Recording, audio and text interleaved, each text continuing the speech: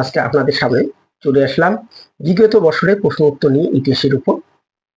WBSSC 2017-তে এসেছিল এই ইতিহাসের কোশ্চেনগুলো। যে কোনো কম্পিটিটিভ এক্সামের ক্ষেত্রে এগুলো গুরুত্বপূর্ণ।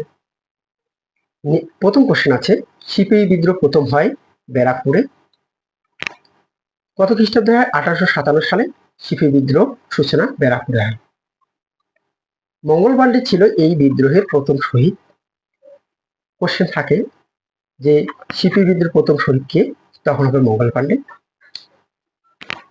ব্রিটিশ শাসনের বিরুদ্ধে এটি ছিল ভারতের প্রথম বৃহৎ সশস্ত্র আন্দোলন। নেক্সট কোশ্চেন, কে বলেছিলেন স্বরাজ আমার জন্মগত অধিকার? বলেছিলেন বাল গঙ্গাধর তিলক।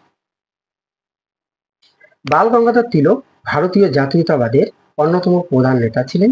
তার বিখ্যাত উক্তি স্বরাজ আমার জন্মগত অধিকার এবং আমি তা অর্জন করব স্বাধীনতা আন্দোলনের নতুন উদ্দীপনা জাগিয়েছে। নেক্সট কোশ্চেন, সতীদাহ প্রথা নিবারণ করেন কে?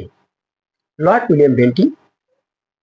রাজা রামমোহন রায়ের প্রচেষ্টায় 1829 সালে লর্ড উইলিয়াম বেন্টিং সতীদাহ প্রথা আইন করে বন্ধ করেন।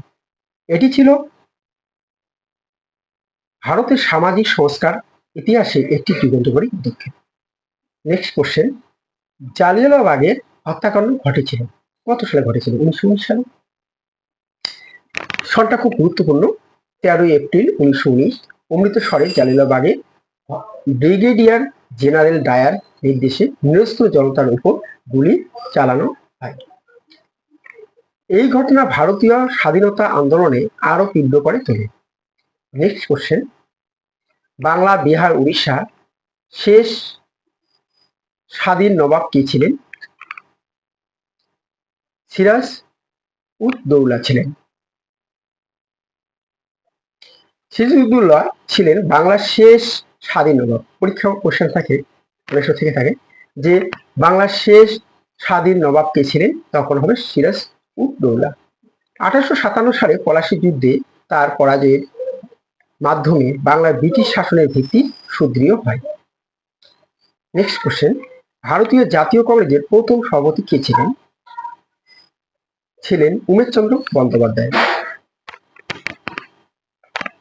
এই জাতীয় কংগ্রেস কত সালে তৈরি হয়? 1835 সালে 28 ডিসেম্বর বোম্বাইয়ের ভারতীয় জাতীয় কংগ্রেস প্রথম অধিবেশন অনুষ্ঠিত হয়। পরীক্ষা থাকে যে প্রথম জাতীয় কংগ্রেসের অধিবেশন কোথায় বসে? তখন হবে বোম্বাইতে। এই অধিবেশনের প্রথম সভাপতি কে ছিলেন? উমেশচন্দ্র বন্দ্যোপাধ্যায়। তিনি ভারতীয় জাতীয় কংগ্রেসের প্রতিষ্ঠাকালীন নেতৃত্বে গুরুত্বপূর্ণ ভূমিকা পালন করে। যদি ক্লাসটি ভালো লাগে লাইক এবং সাবস্ক্রাইব করে পাশে থাকবেন।